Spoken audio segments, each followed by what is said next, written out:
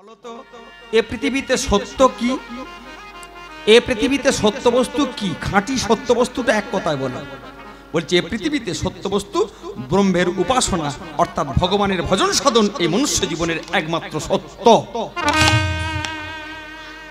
ঠিক আছে বাবা, তোকে আমি রাজত্ব দিয়ে চারজনকে বঞ্চিত করে আমি হিমালয়ের পাদদেশে গিয়ে আমি ভগবানের চলে গেল চম্পানগরীর চম্পক রাজা। 5টা ছেলের মধ্যে ছোট ছেলে সিংহাসন পেল। হ্যাঁ গো, যে পেল তার বগল বাজাচ্ছে, আর যে পেল না সে কি করছে? দাঁতে বিষ। কি করে তোকে মারবো দেখি। এই বলে সেই 4টে ছেলে সুদেব, বিজয়, বৃষ, ভরু, বাবা তোকে দিয়ে গেছে, দেখবো কি করে তুই রাজত্ব চালাস। এই বলে প্রজাদের মধ্যে উচ্ছৃঙ্খল, সঙ্গে সঙ্গে সব কি ভুল বার্তা দিচ্ছে। প্রজাদের মধ্যে সব কান্নাকাটি, হাহাকার। হে রাজন, তুমি ফিরে এসো, আমরা সুখী নই। হ্যাঁ গো, দেশে রাজা ভালো তো প্রজা খুশি। দেশে রাজা যদি হরিবল হরিবল, তাই রাজা চলে গেল ভগবানের ভজন সাধন করতে। ছোট্ট ছেলে সিংহাসন পেল, কিন্তু 4 জনের হলো হিংসা। বিয়ের পরে বিষ দিয়ে সেই ছোট্ট ছেলের স্ত্রীকে মেরে দেওয়ার চিন্তা করলো। সেই ছোট্ট স্ত্রী রানীমার গর্ভে ছিল একটা সন্তান, সেই সন্তানটাকে মারলে আজকের রানীমা মারা যাবে, তার টানে পাগল হয়ে বাহু ছটকে তখন 4 জন মিলে সিংহাসন ভাগ করে নেব এই চিন্তা করে বিষ মিশিয়ে কালকুট বিষ সাদের দিন দিয়েছে। সেই সাদের দিন বিষ মিশিয়ে দিয়েছে, কিন্তু বাহুকের স্ত্রী রানীমা সে কি করছে? ভোজনেশ্চ জনার্দনায় নমো নমঃ। হে প্রভু, তুমি পাও আমাকে দাও, তুমি খাও আমাকে দাও। তুমি খেলে কেন? এই পৃথিবীতে সবকিছু তোমার। মায়ের একটা কথা শুনবেন, পালং শাক তোমার, কলমি শাক তোমার, জল তোমার, বায়ু তোমার, পৃথিবী তোমার, ধান তোমার, গম তোমার। বাজারে গেলাম আমার টাকা নিয়ে, গদখালি বাজার থেকে যদি ভালো মন্দ বাজার করে রান্নাঘরে ডাইরেক্ট সেবা করি আমার ছেলে মেয়ে, ভগবান বলবেন আমার জিনিস আমাকে না দিয়ে তুই খেলি মানে তোর কিন্তু আস্তে আস্তে ভগবানের জিনিস ভগবানকে না দিয়ে খেলে তাকে বলা হয় চোর। এ পৃথিবী তার, এ শাকসবজি তার, জলবায়ু তার, বিবেক বৈরাগ্য তার, আপনার সমস্ত শরীরটা তার। তাহলে ভগবানকে দেওয়া উচিত কিনা আপনি চিন্তা করুন। মায়েদের বলি, মা সংসারে বড় ছেলে যদি 10,000 টাকা রোজগার করে সংসারে দেয়, সেই বড় ছেলের সংসারের টাকা যদি আপনার চলে, তাহলে বড় ছেলেকে ফাঁকি দিয়ে আপনি খেতে পারবেন তো? যার রোজগারে আপনি প্রতিপালিত হচ্ছেন তাকে ফাঁকি দিয়ে আপনি খেতে পারবেন তো? তাই বিশ্ব সংসারের একমাত্র গার্জেন হলেন কৃষ্ণ ভগবান। তাকে ফাঁকি দিয়ে খাওয়া যায়? যারা খায় তাদেরকে কি বলে? ওই যেটা বললাম। তাহলে কি করতে হবে? ভগবানকে নিবেদন করতে হবে। ভগবানকে সেই আমার ছোট রানী নিবেদন করেছে, সঙ্গে সঙ্গে ভগবান দৃষ্টি দিয়ে সেই কালকুট বিষ মিশ্রিত সেই পায়েসটা কি করলো? অমৃতে পরিণত করে ভগবান যখন এই প্রসাদটা ভক্ষণ করলো, তার পেটের ভেতরে যে সন্তানটা সেটা কি হলো? অতীব হৃষ্টপুষ্ট হয়ে পেটের ভেতরে আস্তে আস্তে দিনে দিনে দিনে দিনে বাড়ছে।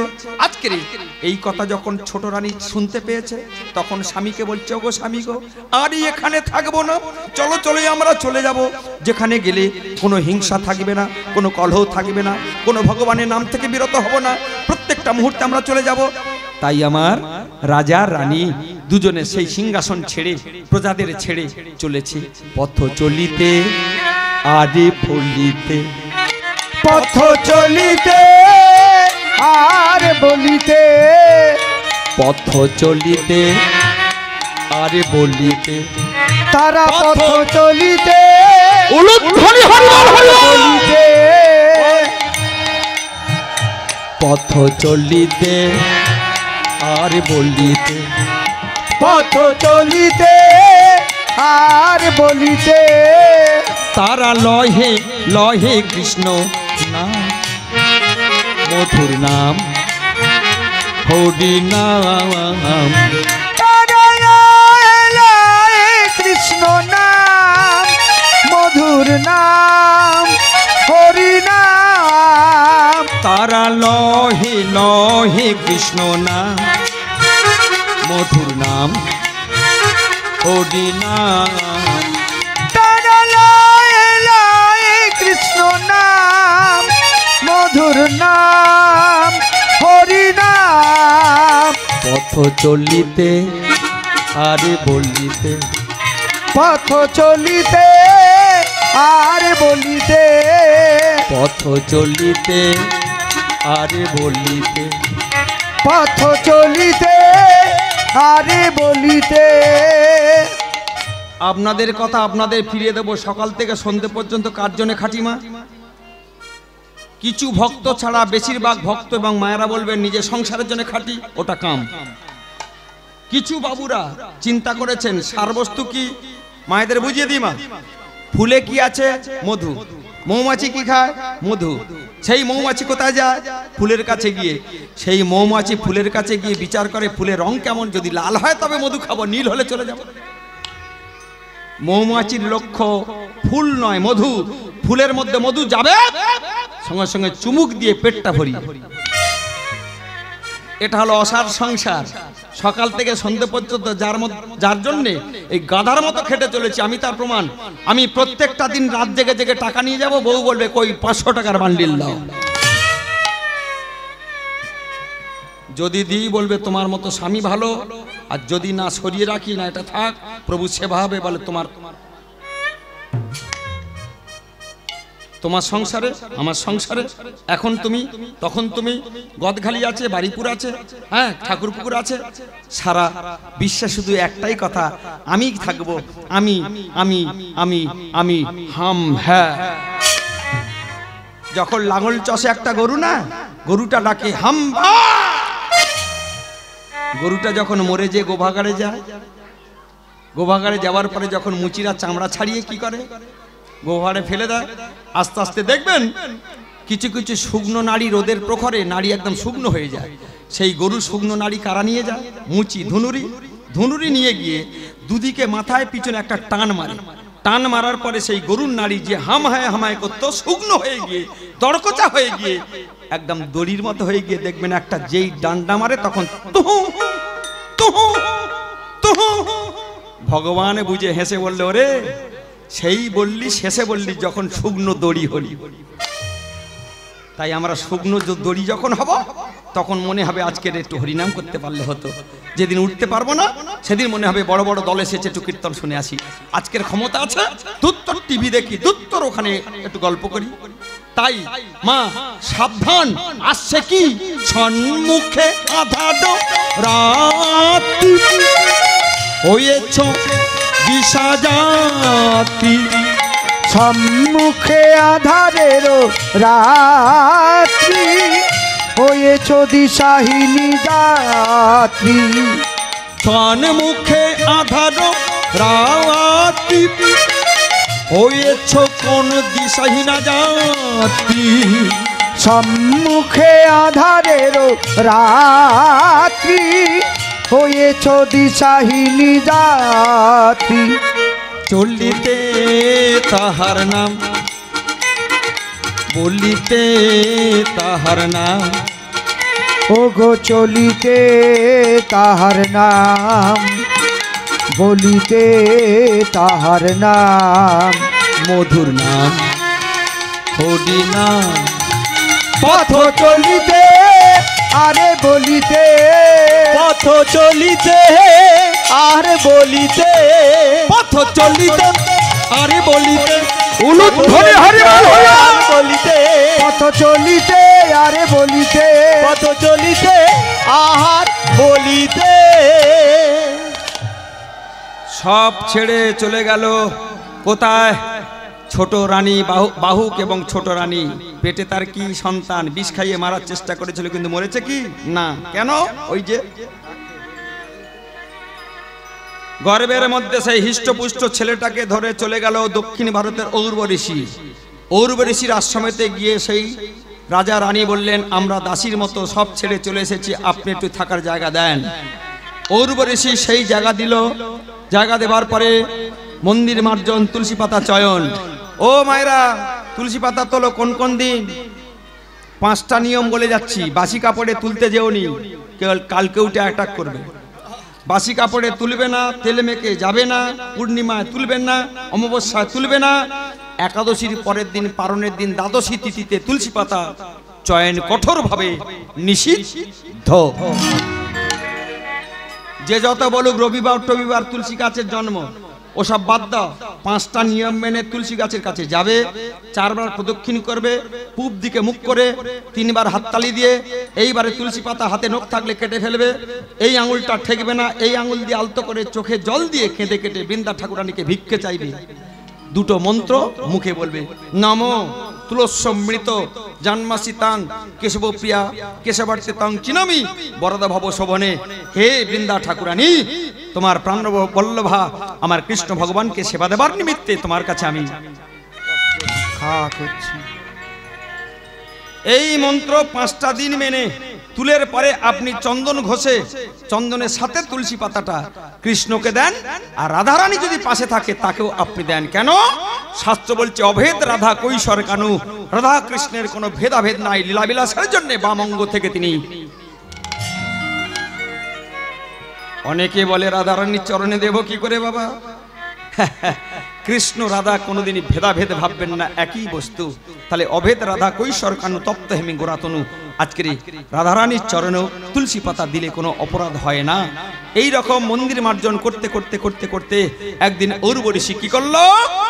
আমার দিকে তাকান, চলে গেল কার্তিক মাসে গিরিগোবর্ধন পর্বতকে পরিক্রমা করতে। মায়েদের বলবো, বাবাদের বলবো, যাদের একটু অর্থ আছে না, কার্তিক মাসে গিয়ে গিরিগোবর্ধন পর্বতটা পরিক্রমা করবেন। এই পরিক্রমা করতে করতে যদি আপনার মৃত্যুটা হয়, আমি জানবো আপনি দেবী, আপনি ভগবান স্বর্গে চলে যাবেন, জীবনে আপনাকে আর ধরাধামে আসতে হবে না। না না, এই কার্তিক মাসটা কি মাস মা? হাই তুলবেন না, নিয়ম সেবার মাস, নিয়ম ব্রতের মাস। এই কার্তিক মাসটা কি আপনি যদি বৃন্দাবনে গিরিগোবর্ধন পর্বতটা পদব্রজে পরিক্রমা করতে পারেন, আপনার মতো ভাগ্যবান ভাগ্যবতী আর নাই। ঔর্বশী চলে গেল, চলে গিয়ে পরিক্রমা করে ফিরে এসেছে, আর ঠিক সেই সময় ওই ছোট রানীর গর্ভ থেকে একটা সুন্দর সন্তান, কেমন দেখতে আমার পদাবলিতে গাইছে, ওকে মেঘের বিজুরি কিবা ছিনি আজ তোনে, ওগো মেঘের বিজুরি কিবা ছিনি আজ তোনে, ওগো মেঘের বিজুরি কিবা ছিনি আজ তোনে। ওই না কত সুধা আর কত আমার কত সুধা, ও গদি দিয়া দিয়া দিয়া বিধি, ও তোরে কইল নির মানে চিনি আজতনে, ওগো মেঘের বিজুরি কিবা ছিনি আজ তোনে, ওগো মেঘের বিজুরি কিবা ছিনি আজ তোনে। ওগো কেবা তোরে। ছেলেটা হয়েছে, ছেলেটার নাম দিল ঔর্বশী সগর। তাহলে আজকের পালাটা কি হচ্ছে বুঝতে পারছেন? ভগীরথ কর্তৃক গঙ্গা আনয়ন, মর্তধামে সগর নাম নিল, ছেলেটা জন্ম নিল। নেওয়ার পরে কিছুদিন পরে বাবা মারা গেল, মা মরে গেল। ঔর্বশীর আশ্রমে সগর বড় হলো, কিন্তু প্রজাদের কি সুখ আছে? না। কেন? ওই যে 4 জন অত্যাচারী, নামগুলো মনে আছে? মনে থাকবে কি করে? গল্প যদি করি, বলো দেখি নাম। আমার মায়ের মনে আছে, কিন্তু মায়ের মনে নেই। দাঁত বের করোনি, ঠান্ডা লেগে যাবে। সুদেব, বিজয়, বৃষ, ভরু, এত প্রজাদের অত্যাচার করছে না? লোক পাঠিয়েছে, যাও সগররাকে ডেকে আনো। কেন? শুনেছি ঔর্বশীর আশ্রমেতে সগর মানুষ হচ্ছে। 21 বছর পদার্পণ যেই হয়েছে, লোক গিয়ে সগরকে ডেকে এনেছে, তুমি সিংহাসনে না বসলে প্রজাদের চোখে জল মুছবে না।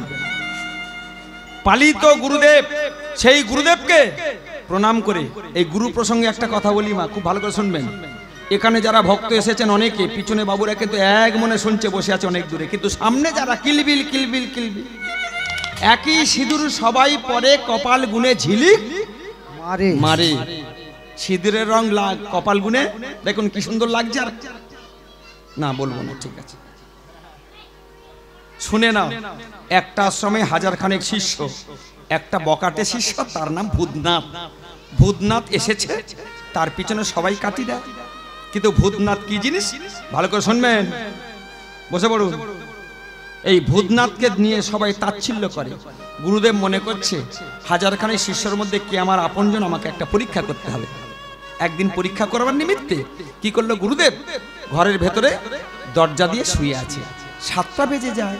যে গুরু ভোরবেলা ওঠে ব্রহ্ম মুহূর্তে, ব্রহ্ম মুহূর্ত কাকে বলে মা? সূর্য ওঠার 1 ঘন্টা 36 মিনিট পূর্ব নাম হচ্ছে ব্রহ্ম মুহূর্ত। গুরুদেব আমার ভোরবেলা ওঠে, আহ্নিক করে, পুজো করে, তুলসী পাতা চয়ন করে। সেই গুরুদেব 7টা বেজে গেল, উঠছে না কেন? সঙ্গে সঙ্গে ডাক দিয়েছে শিষ্যরা, গুরুদেব, ও গো গুরুদেব।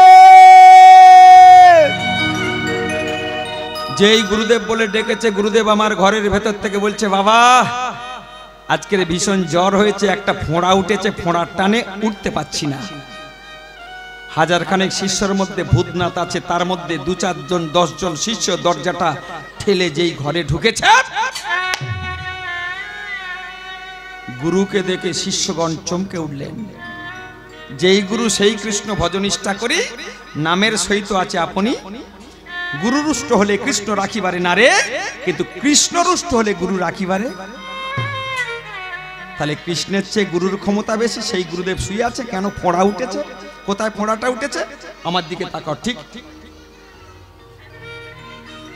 তখন গুরুদেবকে শিষ্যগণ বলছেন, গুরুদেব আমাদের জীবন যায় যাক, আপনি সুস্থ হন। কি করলে সুস্থ হবে? ডাক্তার ডাকবো বলছেন না, কবিরাজ ডাকবো বলছেন না। তাহলে ডাক্তার কবিরাজ কিছু ডাকবো না, তাহলে সুস্থ হবেন কি করে? বলে ঠাকুরের রাধারানীর করুণা হয়ে যাব।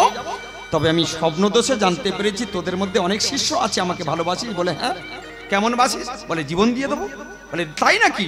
তাহলে এক কাজ কর, এই যে ফোঁড়াটা উঠেছে আমি স্বপ্ন দোষে জানতে পেরেছি, এই ফোঁড়াটা কোনো শিষ্য যদি মুখ দিয়ে টানতে পারিস, টেনে পুঁজ রক্তটা যদি 1 ঢোক খেতে পারিস, তাহলে কিন্তু আমার 1000 শিষ্যর মধ্যে বলছে, গুরুদেব আমি ফোঁড়া থেকে পুঁজ রক্ত টেনে খাবো। ও বলছে টেনে খাবো। তখন গুরুদেব বলছে, যে টানবে তার কিন্তু মৃত্যু হবে।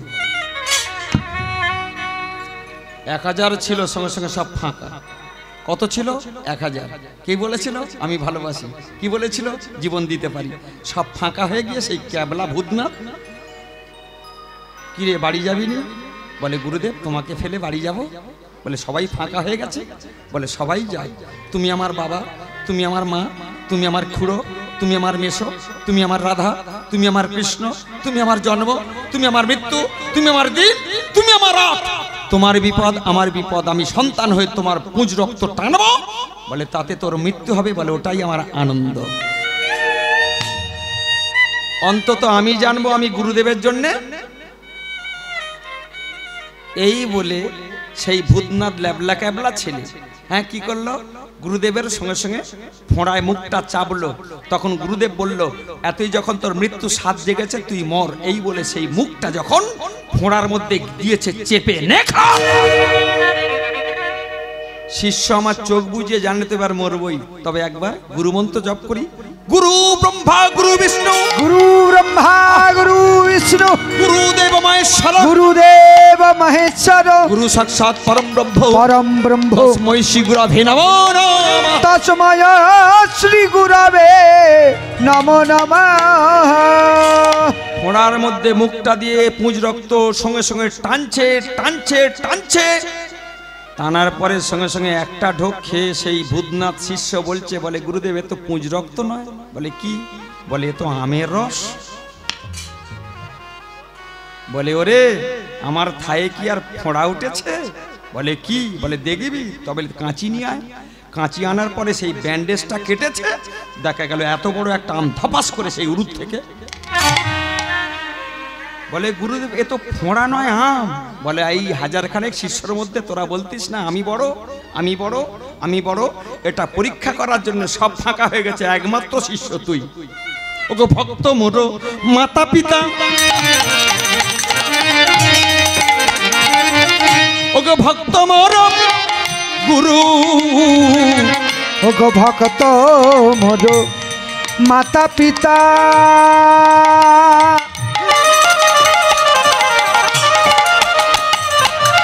ওগো ভক্ত মোর গুরু, ভক্ত তেরে খেছে নাম, ওগো বাঞ্ছা কল্পতরু, সেই ভক্ত তেরে খেছে নাম, বাঞ্ছা কল্পতরু। আমি ভক্ত বড় ওগো ভালো আমি ভক্ত বড়ই ভালোবাসি। বলে তাই তো দাঁড়া আমি ছুটে ওই নদী লে যাই উপবাসী। আমি ভক্ত বড় ভালোবাসি।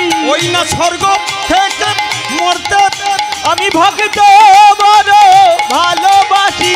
না দিলে যাই উপবাসী। আমি ভক্ত বড় ভালো ওই না উলুর ধ্বনি আর হৃদয় গৌর হইব। ভক্ত বড় ভালোবাসি। না দিলে যাই উপবাসী। ভক্ত বড় ভালোবাসি। আমি ভক্ত বড় ভালোবাসি। ভক্তদের খেছে নাম আমার বাঞ্ছা কল্পতরু। ওগো ভক্তই রে খেছে নাম বাঞ্ছা কল্পতরু। এই যে 500-700 ভক্ত তার মধ্যে ভূতনাথ যে হতে পারবেন ভগবান তার। আর যদি বেশি চালাকি করেন ভগবান থেকে অনেক দূরে চলে যাবেন। আসুন ভালো করে শুনে নেন। তাই সগর চলে গেল কোথায় প্রজাদের খুশি করার জন্য। সগর গিয়ে দুজনকে বিবাহ করলো। বসে পড়ুন। দুজনের নাম ছিল কেশিনী আর ধুমিনী। বিবাহ করার পরে বশিষ্ঠদেব সেই রাজত্বের মধ্যে গেল।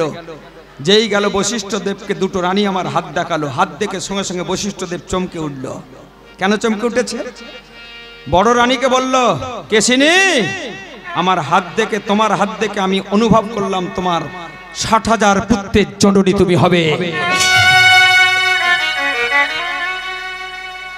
কেশিনী আমার নাচতে শুরু করলো। ধুমিনীকে বলল, তোমার ভাগ্যে একটা লেখা আছে, একটা সন্তান পাবে। আশীর্বাদ দিয়ে বশিষ্ঠদেব চলে গেল। চলে যাওয়ার কিছুদিন পরে বড় রানী কি হলো, 60,000 সন্তানের জায়গায় একটা অলাবু প্রসব করলো। অলাবু মানে লাউ। লাউ যখন প্রসব করেছে বড় রানী রাজত্বের মধ্যে কান্না শুরু করেছে। হে গুরুদেব, তুমি বলে গেলে, অথচ আমি স্বামীর কাছে মুখ দেখাতে পারবো না। আমার স্বামী মনে মনে প্রতিজ্ঞা করেছিল 60,000 সন্তান নিয়ে একটা যজ্ঞ করবে, যে যজ্ঞের মধ্যে ধর্ম অর্থে কাম্যকের ফল পাবো। এখন আমি মুখ দেখাবো কি করে?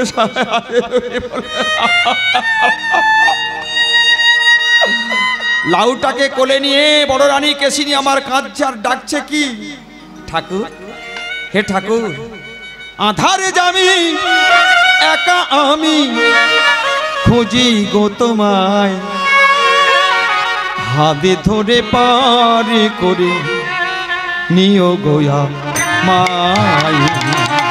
আধার জামি একা আমি খুঁজি গো তোমার, হাত ধরে পার করে নিও গো আমায়।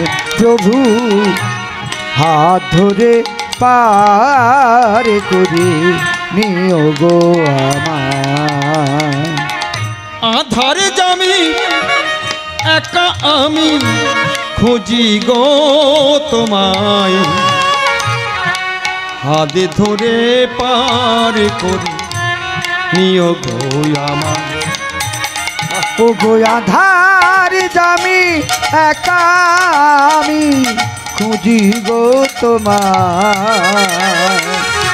হাত ধরে পার করে নিও গো আমায়। দয়াল হাত ধরে পার করে নিও গো আমায়। ও গো তুমি বিনে অধম জানে কে করিবে পার, হাত ধরে পার করে নিও গো আমায়। ও গো আধার জামি খুঁজি গো তোমার, হাত ধরে পার করে নিও গো আমায়। প্রভু হাত ধরে পার করে নিও গো আমায়। হরিবল হরিবল হরিবল। সগর তার প্রথমা স্ত্রী কেশিনী 60,000 ছেলের পরিবর্তে একটা লাউ প্রসব করেছে। বলেছিল কে হবে? গুরুদেব। নাম কি? বশিষ্ঠদেব। তাহলে আজকের এই পৃথিবীতে পরম বৈষ্ণবকে শিব ঠাকুর, তাহলে বৈশিষ্ট্য দেবের কথা মিলল না, মানে শিব ঠাকুরের কথা মিলল না। সেই সময় শিব ঠাকুর গুঁতোয় পড়ে একটা ব্রাহ্মণ বেশ ধারণ করে তিনি এসেছেন। সেই ব্রাহ্মণীর সামনে বড় রানী বলেছে, তুই এটাকে শ্মশানে ফেলে আয়। এখন শ্মশানে যদি লাউটা ফেলে আসে তাহলে সাটা যা ছেলে হবে না। ব্রাহ্মণ বেশ ধারণ করে সেই ধাত্রীর সামনে গিয়ে, কোথায় যাও? শ্মশানেতে। কেন? লাউ ফেলতে। বলে ওই লাউটা নিয়ে ঘরে যাও, রাজত্বে গিয়ে রাজার কাছে দাও, দাঁড়িয়ে দাঁড়িয়ে দূর থেকে দেখো কি হয়, তোমার বকশিস তুমি পেয়ে যাবে। পরম বৈষ্ণব শিব দেহ পাল্টে, মানে ব্রাহ্মণ বেশ ধারণ করে তার কথা অনুসারে সেই ধাত্রী সগরের কাছে গেল। সগরে আমার সকালে বেলা কি হলো? সূর্যকে প্রণাম করিল। সূর্যদেবকে প্রণাম মন্ত্র তোমরা জেনে নাও। নমো জবাকুসুম শঙ্কাৎ শঙ্কাৎ সপ্পে মহাদূতিং ধন্তারি সর্বপাপহরণং প্রণতোস্মি দিবাকরং। সূর্যদেবকে সগর প্রণাম করে সবেমাত্র ভূমিতে পা দিয়েছে, সে লাউটা নিয়ে ধাত্রী স্বামীকে গিয়ে সগরকে গিয়ে বলছে, আপনার স্ত্রী বড় রানী কেশিনী ৬০,০০০ ছেলের পরিবর্তে এই লাউটাকে জন্ম দিয়েছে। সগর শোনার পরে ক্রোধে অগ্নিশর্মা হলো। লাউটাকে আমার কাঁপতে কাঁপতে নিয়ে সঙ্গে সঙ্গে মাটিতে আছাড়ো মা, আছাড়ো মারিল। সেই সময় গুরুদেব বশিষ্ঠ জ্যোষ্ঠীর উপর ভর করে গাইছে কি, হে নিগমা নন্দ দাও তুমি আনন্দ। যিনি আমাকে পাঠিয়েছেন কৃষ্ণপদ হালদার মহাশয়, আপনাদের খুব কাছের ছেলে, সেই কৃষ্ণদা আমাকে পাঠিয়েছে, বলে ভাই এই বাসরটা তুই যা, এখানে এসে যা শুনলাম যা দেখছি, এই দুর্যোগপূর্ণ রাতে সন্ধ্যাবেলায় যে ভক্তের উৎসাহ উচ্ছ্বাস, এরাম বাসর আমিও চাই সারা জীবন যেন এখানেই গান করি। কিন্তু সারা জীবন এক শিল্পীকে তো নেবেন না, পাল্টাতে হবে। তবে আলোচনা করবেন, যদি আপনারা চরণে স্থান দেন টাকাটা ফ্যাক্টর হবে না, আবার আর বছরে আসার একটু সুযোগ যেন। তবে আমি চেয়ে নিচ্ছি বলে ভাববেন না যে আমার দাবি জানাতে এসেছি, না, যদি রাখেন চরণে। এইরকম ভক্ত ছাড়া কীর্তন হয় না, এরম একটা পরিবেশ ছাড়া বৃন্দাবন হয় না। তাই আজকের সেই বৈশিষ্ট্যদেব কি বলছে, হে নিগমা নন্দ দাও সবার আনন্দ, নিরানন্দ লাহ কারি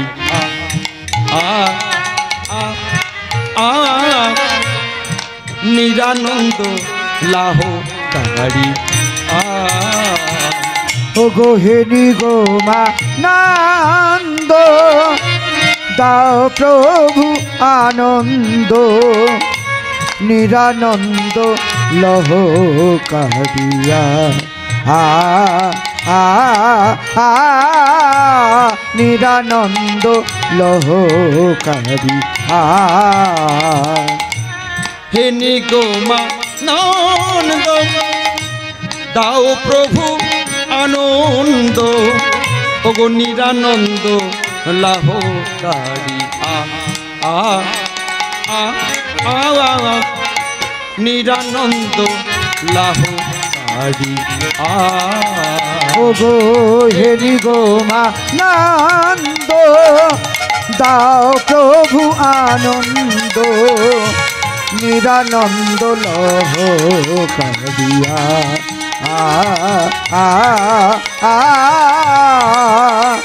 নিরানন্দ লহ কারিয়া। আসিয়া আমি এই ভবের মা ঝাড়ে মজিয়াছি দয়া, এই অসার সংসারে ওগোয়াছিয়া আমি এই ভবের মা ধারে, মজিয়াছি দয়াল এই অছাড় সংসারে। কৃপা করে মোরে এ সাধ্য করে, ওগো কৃপা করে মোরে কে চাগ্র করে। চরণেতে নিও টানিয়া আ আ আ চরণেতে নিও টানিয়া। ওগো হেনি গো মানন্দ দাও প্রভু আনন্দ নিরানন্দ লহ কারিয়া আ আ আ ওগো নিরানন্দ লহ কারিয়া। বড় রানীর নাম কি বলেছিলাম? কেশিনী। তার 60,000-এর পরিবর্তে যদি একটা লাউ জন্ম দেয়, তার সুখ হবে না দুঃখ হবে? সঙ্গে সঙ্গে রানীমা ভেতর থেকে হুঙ্কার দিয়ে বললেন, গুরুদেব! সগরে বলে উঠেছেন, গুরুদেব এক পায়ে গোবেন না। আপনি বলেছেন আমার নাকি 60,000 সন্তান হবে, আমি মনে মনে সংকল্প করেছি একটা যজ্ঞ করব, তার পরিবর্তে একটা লাউ জন্ম দিয়েছে আবার। বড় রানী, আপনি আপনার কথার ঠিক নেই, আপনার জন্মের ঠিক নেই, আপনার গুরুগিরির ঠিক নেই, আপনাকে আমি সহ্য করতে পারছি না, একদম স্টপ।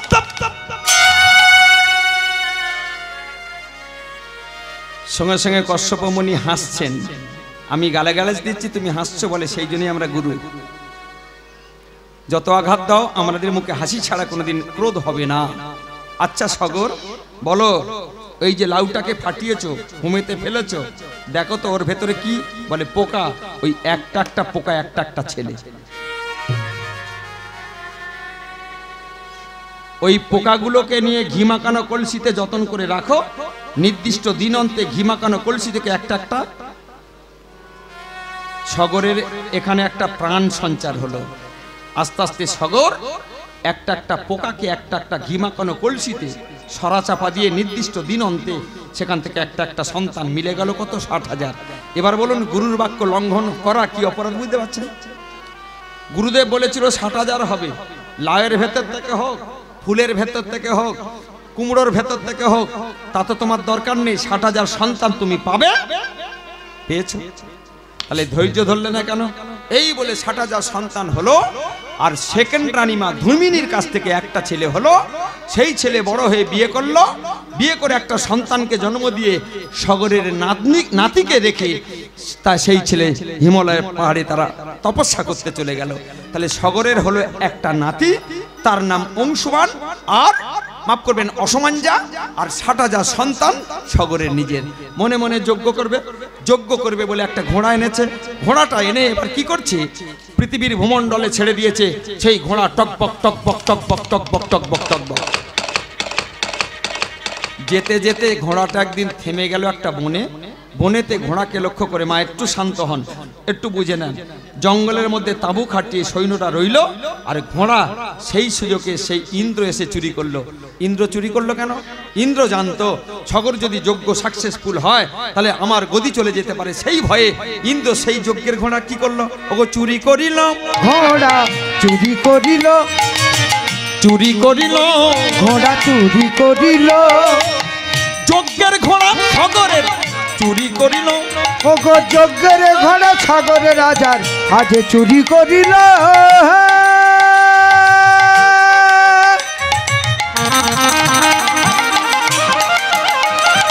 সাগরের রাজার যজ্ঞের ঘোড়া ইন্দ্র আমার চুরি করিল। ওগো সাগরের রাজার যজ্ঞের ঘোড়া দেবরাজ ইন্দ্র আমার হরণ করিল। ওগো দেবরাজ ইন্দ্র আমার, ওগো সগরের রাজার যজ্ঞের ঘোড়া আজ হরণ করিল। সগরের রাজার যজ্ঞের ঘোড়া আজ হরণ করিল। আরে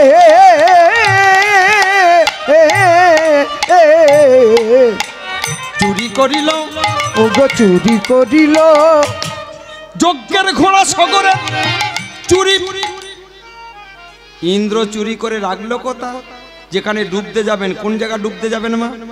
সপ্তীর্থ বারবার গঙ্গাসাগর, একবার গঙ্গাসাগরে যার কাছে বেঁধেছে লোকটার নাম কি? কপিল দেব। কপিল দেব কার ছেলে? দেবহূতির ছেলে, কর্দম মুনির স্ত্রী। কর্দমকে ভগবানের এক অবতার। কর্দম দেবহূতির অংশ বিশেষে সেই ফলস্পশু ভগবান তিনি কপিল দেব রূপে বটগাছের নিচে বসে বসে তপস্যা করছে। সেখানে ইন্দ্র যজ্ঞের ঘোড়া চুরি করে। এই ঘটনা ঘটে যাওয়ার পরে ছেলে চাকরি গিয়ে যদি না ফিরে মায়ের কি হয়? 60,000 ছেলে গেল, ঘোড়া এলো না, 60,000 ছেলে ফিরে এলো না। টানা কাটছে সাগর। সৈন্য সামন্ত এসে বলছে কি বলছে? বলে শোনো, যজ্ঞের ঘোড়া চুরি হয়ে গেছে, কোথায় কে নিয়ে গেছে বলতে পারবো না। সঙ্গে সঙ্গে এইবার 60,000 ছেলেকে ডেকেছে। কে? সাগর।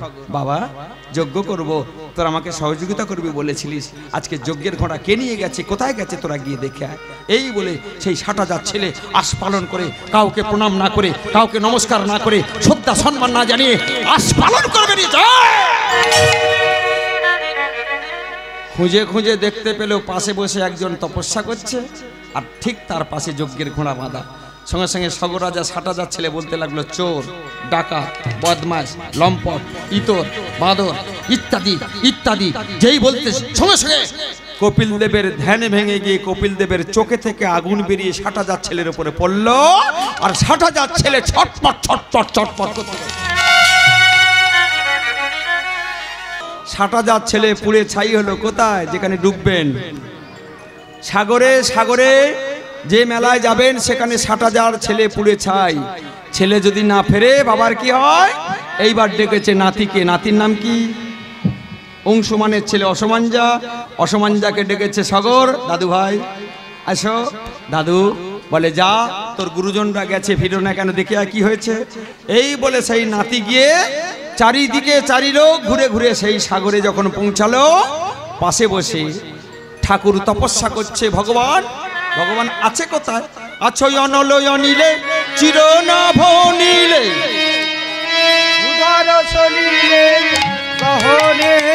আছো বিটপিলতায়, জলধের গায়ে, শশিতার কায় তপনে।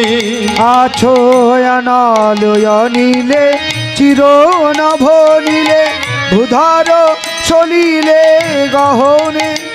আছো বিটপিলতায়, জলধের গায়, শশিতার কায় তপনে। তুমি আছো দয়াল, কিন্তু দেখি না কেন জানো কি? আমি নয়নে বসন বাঁধিয়া বসে মরি গো কাঁদিয়া। দেখি নাই কিছু, বুঝি নাই কিছু, দাও হে দেখায় বুঝায়ে। মলিন মর্ম মোছায়ে, তুমি নির্মল কর মঙ্গল করে, মলিন মর্ম মোছায়ে। তব পুণ্য কিরণ দিয়ে যাক মোর মোহ কালিমা ঘুচায়ে। মলিন মর্ম মোছায়ে, তুমি নির্মল করো মঙ্গল করে, মলিন মর্ম মোছায়ে। তুমি নির্মল করো মঙ্গল করে, মলিন মর্ম মোছায়ে। একটু শান্ত হবেন, বুঝে নেন যতটুকু সময় আছি। সেই নাতি ভগবানের চরণ স্মরণ করে কাঁদতে কাঁদতে বেরিয়ে গিয়ে সেই সাগরে গিয়ে দেখলো যজ্ঞের ঘোড়া বাঁধা, তার পাশে একটা মানুষ মানে সাধু বসে বসে। এরা গিয়ে গালিগালাজ করেছিল, আর ইনি গিয়ে দণ্ড মানে লাঠি, বদ মানে পড়া, লাঠির মতো পড়ে প্রণাম করলেন। বৎস, তুমি নির্জন জঙ্গলে কি করে এসেছো? নাম কি? আমার নাম অসমাঞ্জা। এখানে কেন? পিতৃপদের খোঁজে যজ্ঞের ঘোড়া দেখলাম। এখানে কি আমার গুরুদেবরা এসেছিল, মানে গুরুজনরা? বলছে হ্যাঁ। কোথায় তারা? বলে পুড়িয়ে মেরেছি। সঙ্গে সঙ্গে চমকে উঠেছে। কি করে পুড়েছে? বলে আমাকে চোর বলেছে, ডাকাত বলেছে, লম্পট বলেছে, আমি আমার কোপানগল থেকে সঙ্গে সঙ্গে 60,000 ছেলের ওপরে গিয়ে দৃষ্টি পড়েছে, তারা পুড়ে চুঙে ছাই হয়ে গেছে। সঙ্গে সঙ্গে গুরুদেবের চরণ ধরে পড়ে কাঁদছে। অসমাঞ্জা, বলুন কি করে মুক্তি পাবে? আপনি বলে দাঁড়িয়ে কি করে আমার পিতৃব্য গুরুজনে মুক্তি পাবে? কৃপা করে তুমি বলে হে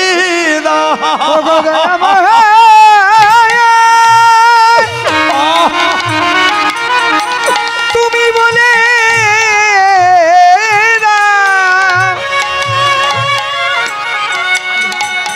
আমার পিতৃপরা কেমন করে কিভাবে ওগো দয়াময়ী তুমি বলে দাও মুক্তি পাবে। কমিটি বাবুদের কাছে একটা অনুরোধ করছি, কান খুলে শুনে নেন। এখন সিজন চলছে, আমি 4 ঘন্টা গান গাইব না, 3.5 ঘন্টা, সেই কথা মতো 8টা পর্যন্ত। যদি বলেন 10-15 মিনিট বাড়িয়ে দিচ্ছি, কিন্তু আধ ঘন্টা টানা সম্ভব নয়। রীতিমতো সময় মতো সম্মান থাকতে থাকতে আপনারা চলে আসবেন পরবর্তী সম্প্রদায়কে আসার জন্য। আসুন, আমি বেরিয়ে যাব না, কিন্তু আমার দিকেও একটু দেখবেন ভেবে। এই বলে সগর রাজা কি করলো, তার নাতিকে পাঠালো। আস্তে নাতি গিয়ে প্রণাম করলো। প্রণাম করতে বলেন, বৎস, এই নির্জন জঙ্গলে তুমি এসেছো, কিন্তু শোনো, তোমাকে ভয় লাগেনি? বলছে না। কেন? কৃষ্ণ নামে বেঁধেছি শয্যা, শিশিরেতে কিবা ভয়। ভগবানের নাম নিতে নিতে চলে এসেছি। বলুন, আমার গুরুজনরা মরে গেছে, কি করে তার উদ্ধার হবে? শোনো অসমাঞ্জা, স্বর্গে আছে গঙ্গা, সেই গঙ্গা যদি মর্তধামে তোমরা ডেকে আনতে পারো, আমি বললাম কপিল দেব নাম আমার, সেই গঙ্গার পরশে তবে তোমাদের 60,000 পিতৃব্য গুরুজন জীবিত হবে।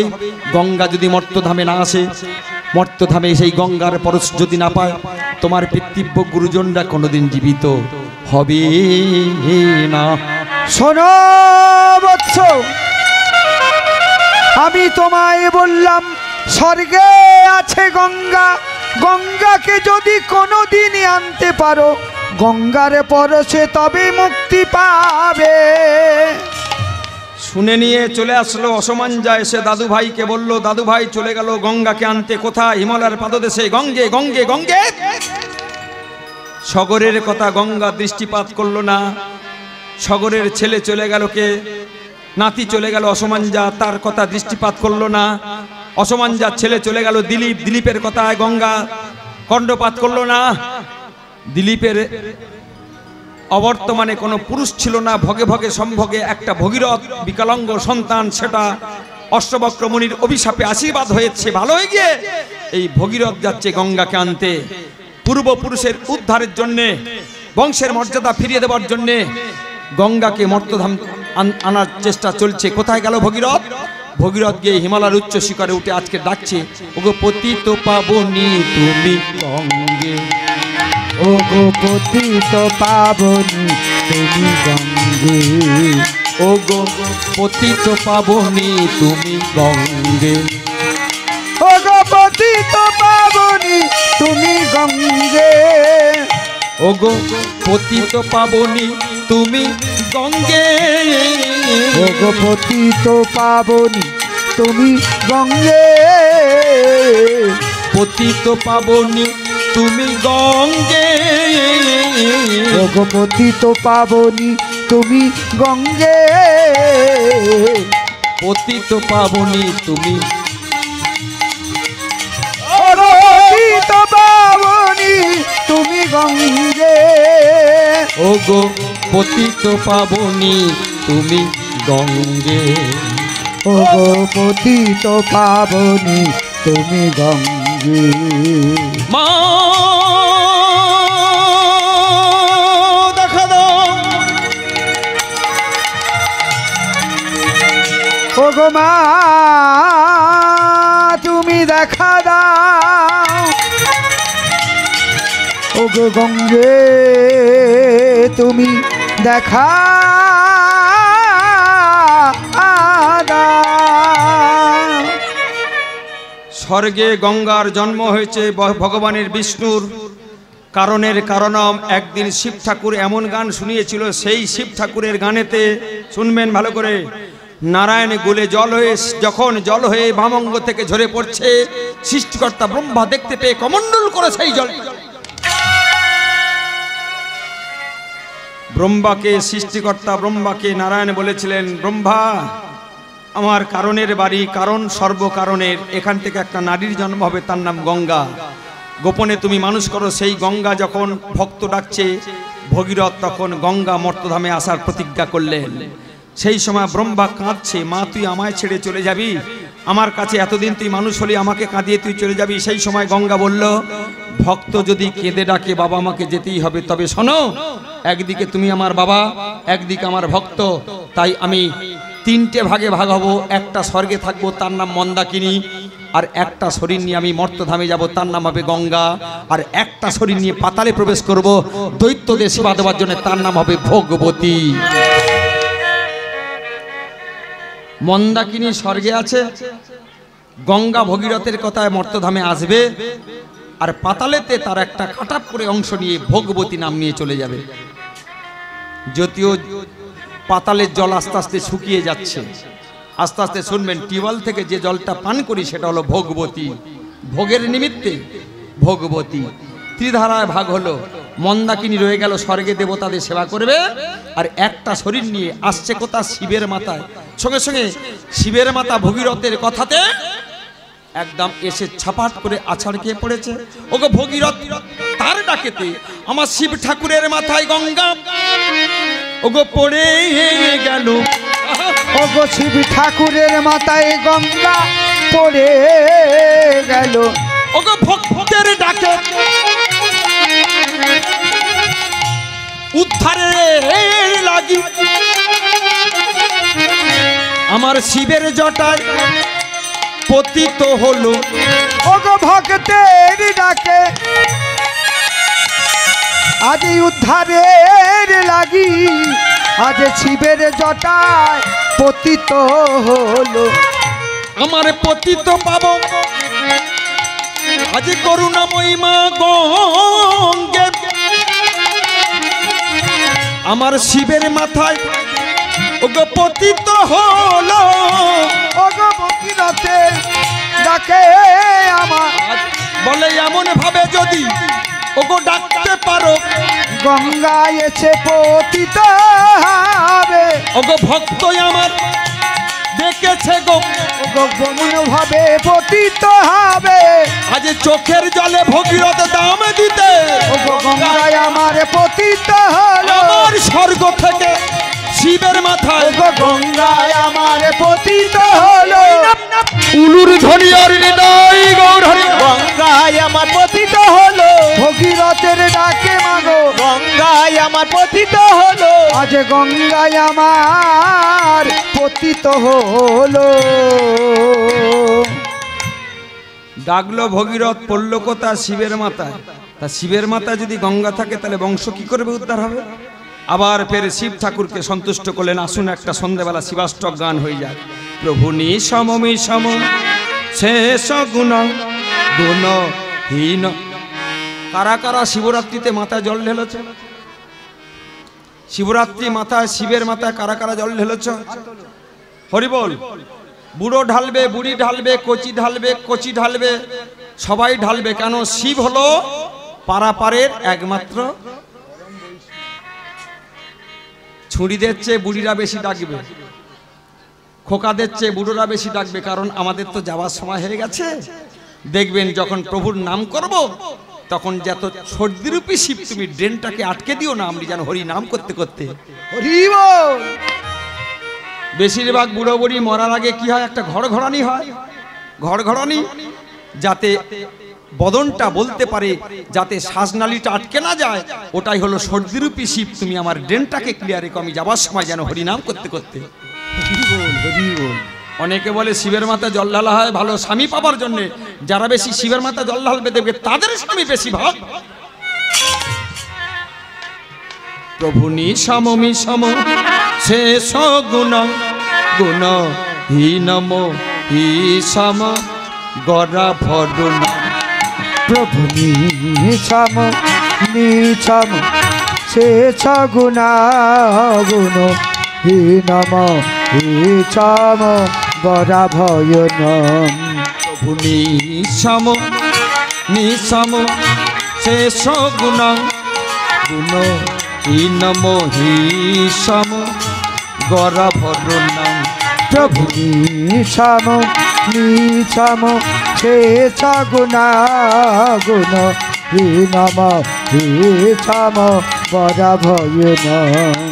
রণ নির্জিত দুর্জয় দৈত পুরাং প্রণম মিশি বম শিব কল্পতরু রণ নির্জিত দুর্জয় দৈত্য পুরাম প্রণমামি শিব কল্পতরম শিরে সই বালি নিকৃত পুত জটন প্রণমামি শিবম শিব কল্পতরু প্রভু নিছাম একটু উলুধ্বনি হরি সে গুণা গুণ হে নম হে ছাম বরা ভয় নাম প্রভু নিছাম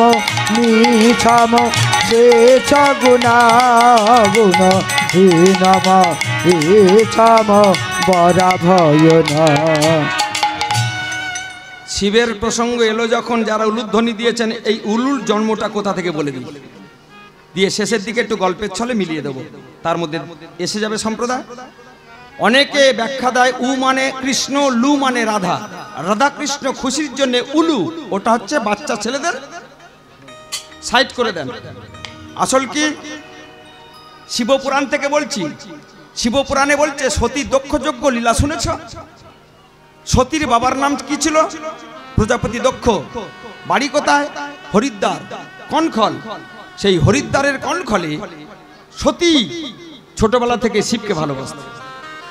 মনে মনে ঠিক করেছে যদি বিয়ে করতে হয় শিবকেই করবো, পৃথিবীতে আর কাউকে। কিন্তু সতীর বাবা প্রজাপতি দক্ষ শিবকে মোটে পছন্দ করতো না। সঙ্গে সঙ্গে বলতো জটা জুটো শরীর, সাপ মালা, মাথায় তেল নাই, অর্ধ চাঁদ, শ্মশানবাসী, ভূত প্রেত পিশাচ নিয়ে ঘোরে, সতী তুই শিবকে ভুলে যা। সঙ্গে সঙ্গে বললে বাবা শিব পরম বৈষ্ণব, অতীব সুন্দর, তাকে ভোলার মতো আমি মেয়ে নই। যদি বিবাহ করতে হয়, সংসার করতে হয়, শিবের গলায় বরমাল্য দিয়ে আমি।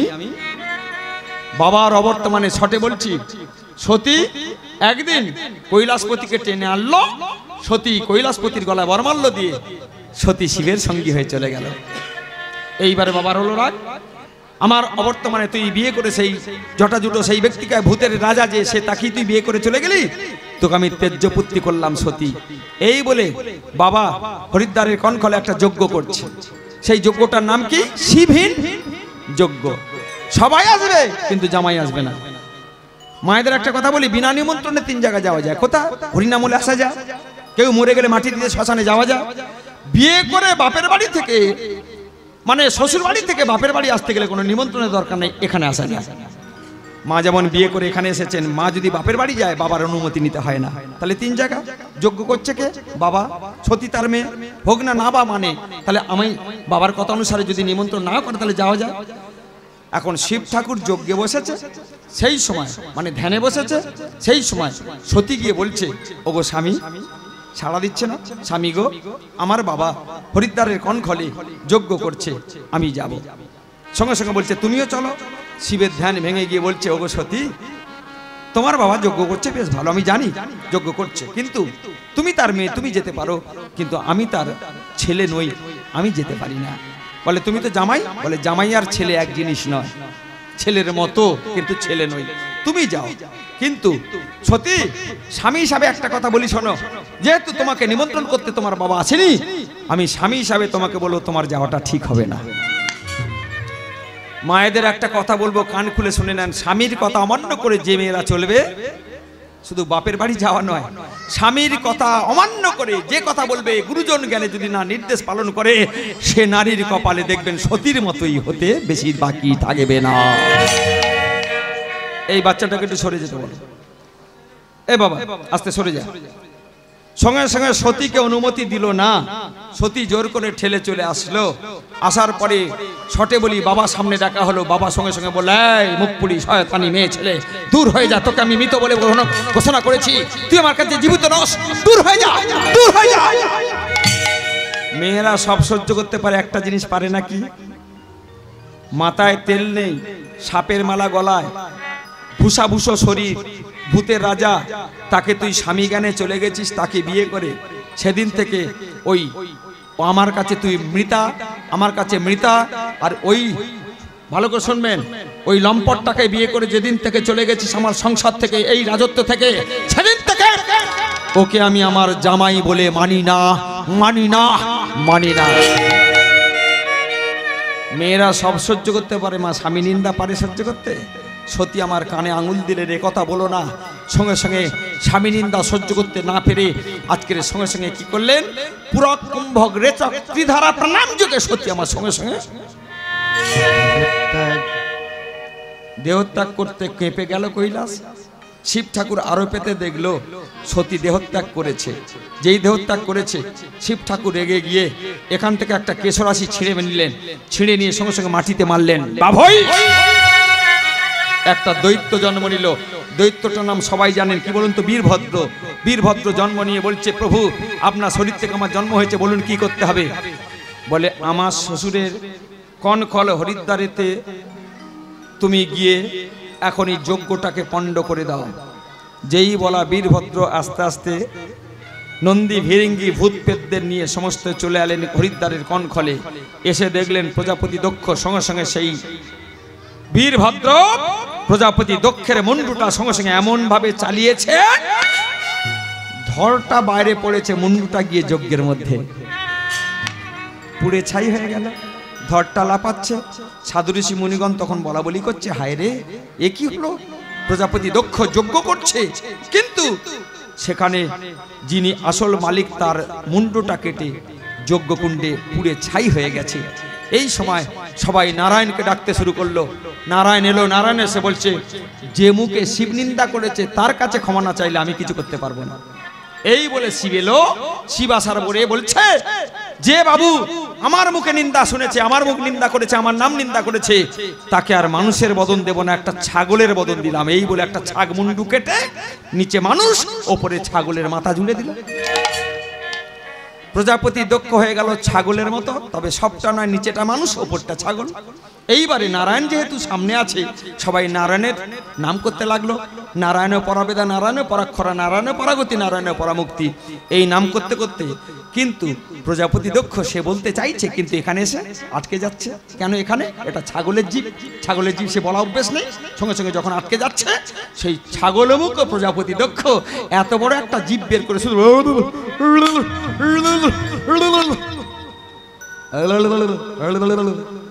নারায়ণ বললেন, দক্ষ তুমি বলতে চাইছো কিন্তু পাচ্ছ না। তোমার ছাগমুন্ডু যে মুখে তুমি শিব নিন্দা করেছো, সেই জন্যে এই লুলু করে জীব কাঁপাচ্ছ, এর থেকে হয়েছে উলুধ্বনি। এই লুলু লুলু করে যারা আমাকে সম্ভাষণ করবে, পঞ্চবাদ্যযন্ত্রের মধ্যে এই উলুধ্বনি হলো সর্বশ্রেষ্ঠ। মন্ত্র লাগবে না, তন্ত্র লাগবে না, আমি নারায়ণ কথা দিলাম, এই উলুধ্বনিতে আমি খুশি।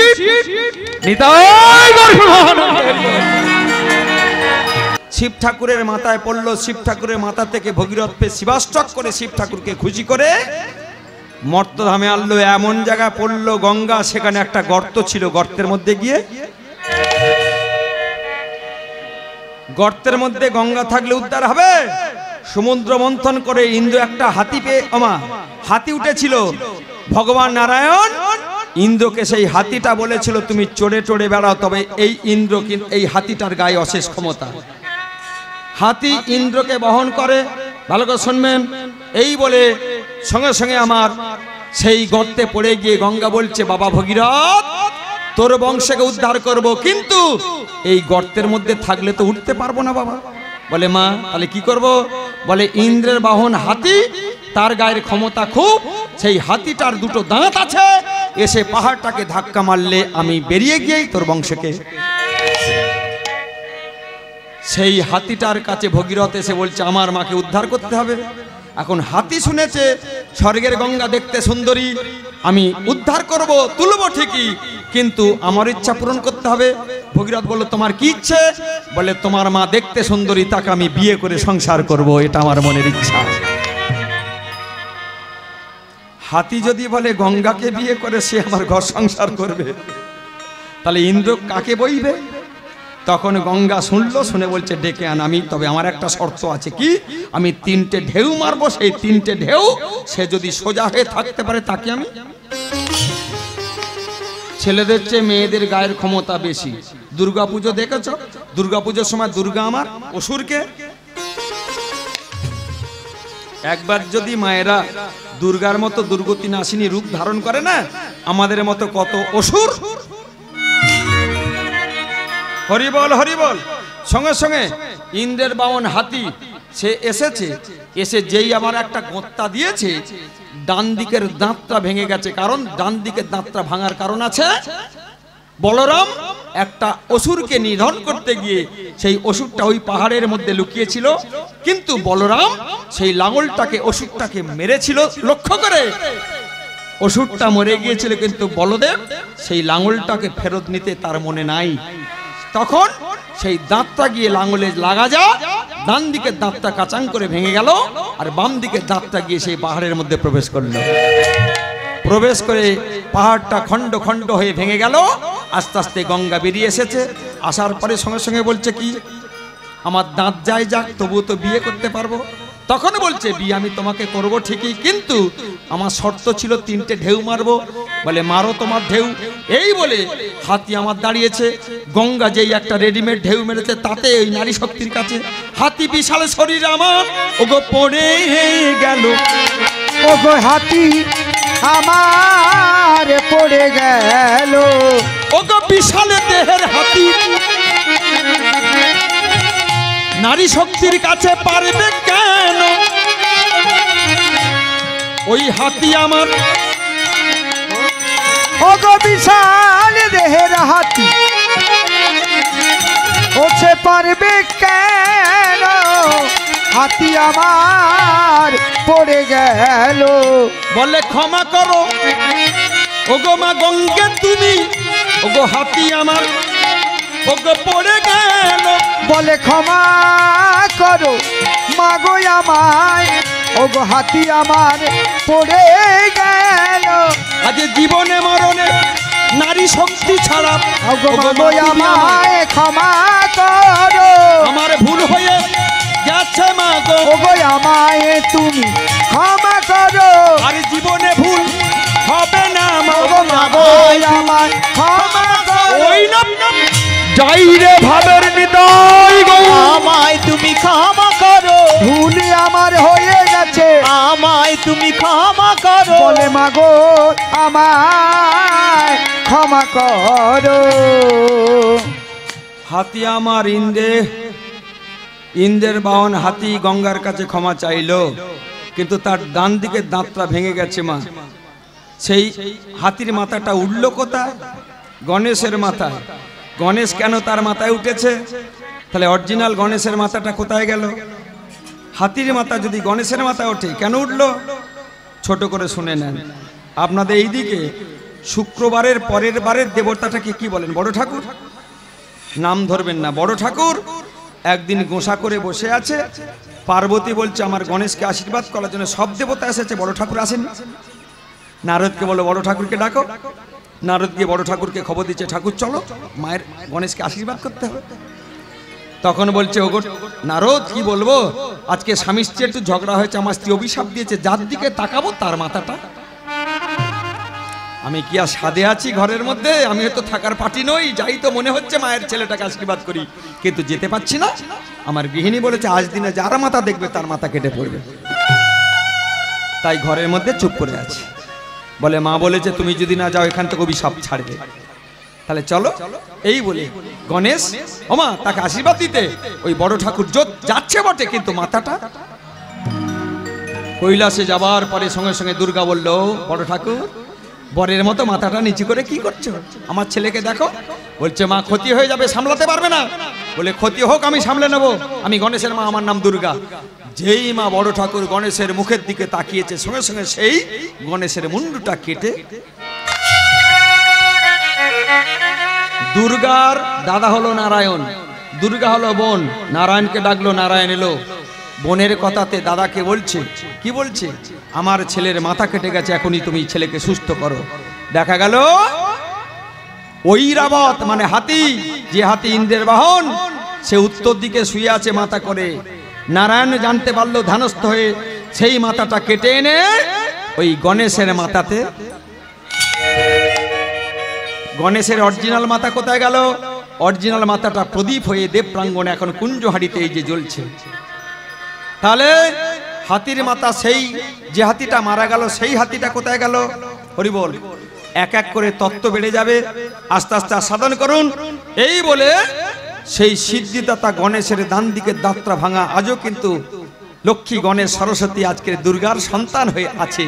আর সোনার কৈলাস কেন হয়েছে এটা আর বলবো না, আর বছর বলে দেব। এই বলে আজকের আস্তে আস্তে গঙ্গা বেরিয়েছে চলেছে কে? আগে চলে ভগীরথ, পিছে মা গঙ্গে। আগে চলে ভগীরথ, পিছে মা গঙ্গে। আগে চলে ভগীরথ, পিছে মা গঙ্গে। আগে চলে ভগীরথ, পিছে মা গঙ্গে। উলুধ্বনি সংকেত ধ্বনি, আরে উলুধ্বনি সঙ্গে ধ্বনি করিতে লাগিল, উলুধ্বনি সংকেত ধ্বনি লাগিল। সবাই উলুধ্বনি শঙ্কর ধ্বনি করিতে লাগিল। জয় দাও জয় দাও, সবাই জয় দাও জয় দাও, জয় দাও জয় দাও, জয় দাও জয় দাও, মা গঙ্গার নামে জয় দাও জয় দাও, জয় দিলে জয় হবে। জয় দাও জয় দাও, হরি হরি হরি বল। জয় দিয়ে মা গঙ্গার নামে, জয় দাও জয় দাও, আমার ভগীরথের নামে, জয় দাও জয় দাও, জয় দাও জয় দাও, দাও জয় দাও, জয় দাও জয় দাও। জয় দাও জয় দাও। ভগীরথ রাজা কি মা গঙ্গা কি জয়। আস্তে আস্তে চলে গেল যেখানে কপিল দেবের কোপানলে 60,000 ছেলে পুড়ে ছাই হয়েছে, যেখানে ডুবতে যাবেন। যেই গঙ্গা গেল মা সঙ্গে সঙ্গে ছাইয়ের ওপরে যেই পড়লো সেই স্তূপাকৃতি ছাই গঙ্গার পরশনে তারা জীবিত হলো। জীবিত হয়ে গঙ্গা মাকে স্তব করতে লাগলো। নমো সুরেশ্বরী গঙ্গে পতিত পাবনী তরঙ্গ তরঙ্গে নৈমি বিলাসিনী বদ্রাস্তাং তব পদ কমলে। হে মা গঙ্গে তুমি করুণাময়ী, নমো সর্বমঙ্গল মঙ্গলে শিবে সর্বার্থ সাধিকে শরণ্যে ত্রম্বকে গৌরী নারায়ণ নমস্তুতে। সৃষ্টি স্থিতি বিনাশনাং শক্তি ভূত সনাতনী গুণাশ্রয় গুণময়ী নারায়ণ নমস্তুতে। হে কৃষ্ণ করুণা সিন্ধৌ দীনবন্ধু জগৎপদে গোপীশ গোপিকা কান্ত রাধাকান্ত নমস্তুতে। তপ্ত কাঞ্চন গৌরাঙ্গিনী রাধে বৃন্দাবনেশ্বরী বিশ্বমান সুতাং দেবী তং প্রণমে হরিপ্রিয়ে। গুরু ব্রহ্মা গুরু বিষ্ণু গুরুদেব মহেশ্বর গুরু সাক্ষাৎ পরম ব্রহ্ম। নমো শিবায় নমো, ওম নমো শিবায় নমো, ওম গণ শিবায় নমো, ওম তজ্জয়ম, ওম কৃষ্ণ গোবিন্দ বাসুদেবায়, ওম কৃষ্ণ গোবিন্দায়, ওম গঙ্গায় নমো, ওম বাসুদেবায় নমো নমো নমো।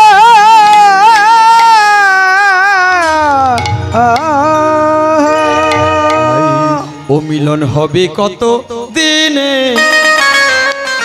ও মিলন হবে কত দিনে, আমার মনে মানুষের সনে। মানুষের সনে মিলন হবে যারে ভগবানের মিলন, ওই নাম মিলন যে আয়ারে হলো প্রেমানন্দে। আরে প্রেমানন্দে সবাই মিলে হরি হরি হরি বল, হরি বল হরি বল হরি বল, হরি বল হরি বল হরি বল হরি